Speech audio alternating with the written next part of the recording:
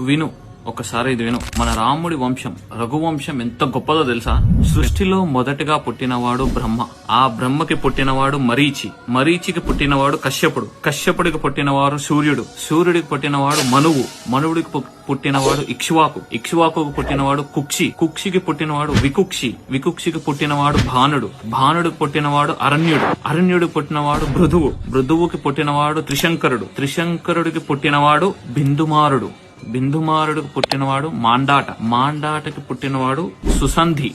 సుసంధికి పుట్టినవాడు ధ్రువసంధి.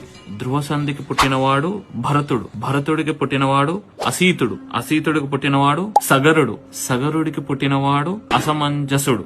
అసమంజసుడికి పుట్టినవాడు అంశుమంతుడు. అంశుమంతుడికి పుట్టినవాడు దిలీపుడు. దిలీపుడికి పుట్టినవాడు భగీరథుడు, గంగను తీసుకొచ్చినవాడు. భగీరథుడికి పుట్టినవాడు కకుక్షుడు. కకుక్షుడికి పుట్టినవాడు రఘువు. రఘువుకి పుట్టినవాడు ప్రవృద్ధుడు. ప్రవృద్ధుడికి పుట్టినవాడు శంఖనుడు. శంఖనుడికి పుట్టినవాడు సుదర్శనుడు. సుదర్శనుడికి పుట్టినవాడు శ్రీగ్రవర్ణుడు. శ్రీగ్రవర్ణుడికి పుట్టినవాడు యయతి.